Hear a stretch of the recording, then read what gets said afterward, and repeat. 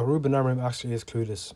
Ruben Amorim genuinely is just clueless, isn't he? However, before I get into that, currently we are 289 subscribers and I'm trying to reach 300 by the end of this year. 11 more to go in 16 more days.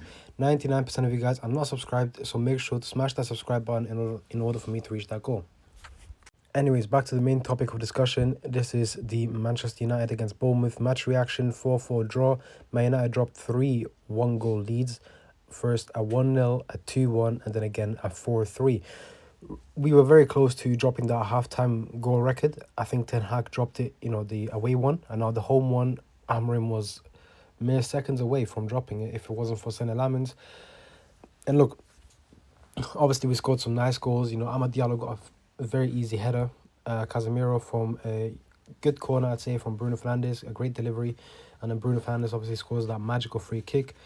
The last goal was a bit dodgy, you could say, maybe, and Bournemouth does well in the build-up. Sesko takes the ball off him, and then that cross, he was going to go to Ahmad anyway, but a Bournemouth player stops it, but it's just in the tracks of Cunha, and Cunha slots it in properly.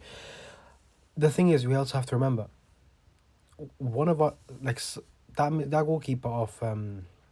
that goalkeeper, Petrovic, he made a mistake for that second goal, for that Casemiro goal. Obviously, it was a good delivery, but then Casemiro's header, he should be saving it.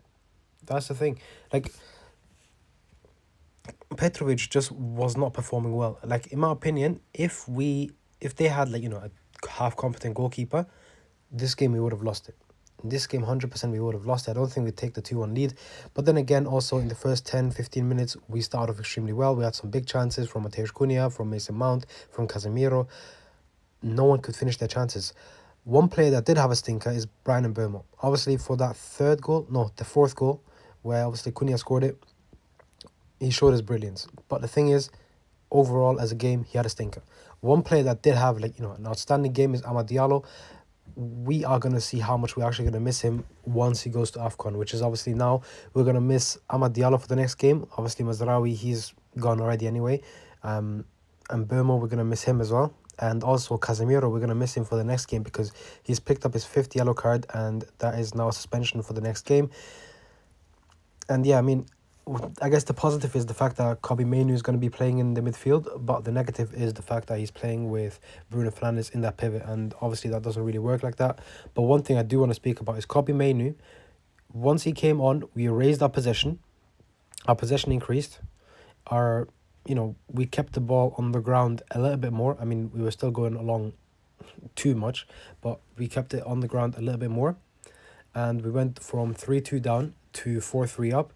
And yeah, obviously unfortunate to have that goal conceded with the 4-4. But yeah, the reason I'm saying Ruben Amorim is clueless is because of that midfield pivot.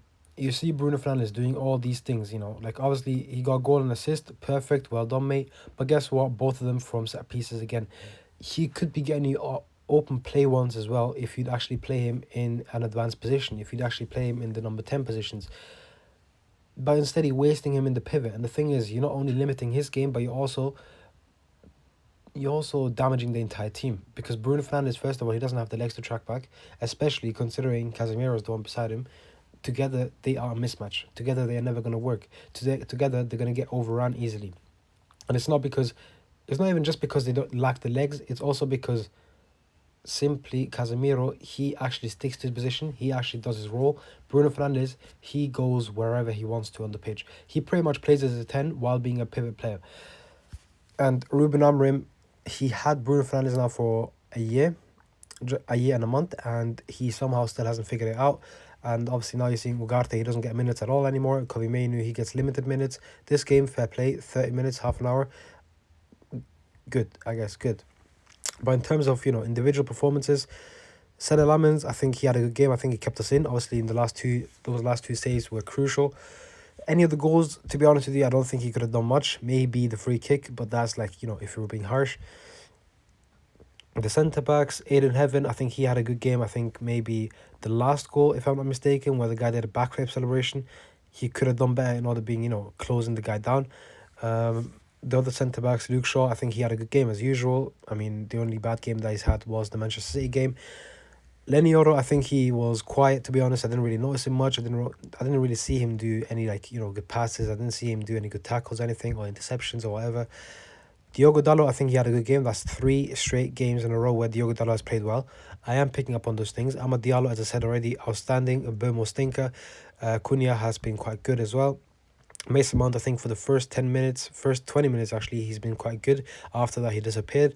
Bruno Fernandes, for me, it's a stinker despite the GA. And Casemiro, I think he's had an okay game, but I guess his performance was derailed by the fact that he has a number 10 playing beside him in the midfield pivot. And then obviously the substitutions, I think Kobe Mainoo had a good performance. Dorgu and Zirkzee went on the pitch long enough.